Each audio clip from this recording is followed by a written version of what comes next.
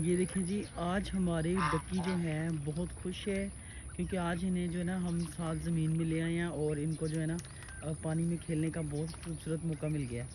तो बहुत खुश हैं आज ये माशाल्लाह से। ये देखिए आप, इसके डक के बच्चे भी बहुत खुश हैं और डक्स भी बहुत खुश हैं। और साथ में हम अपने दुम्बू को भी ले आए हैं और हमारी सूजी ये देखें ये भी आ गई है।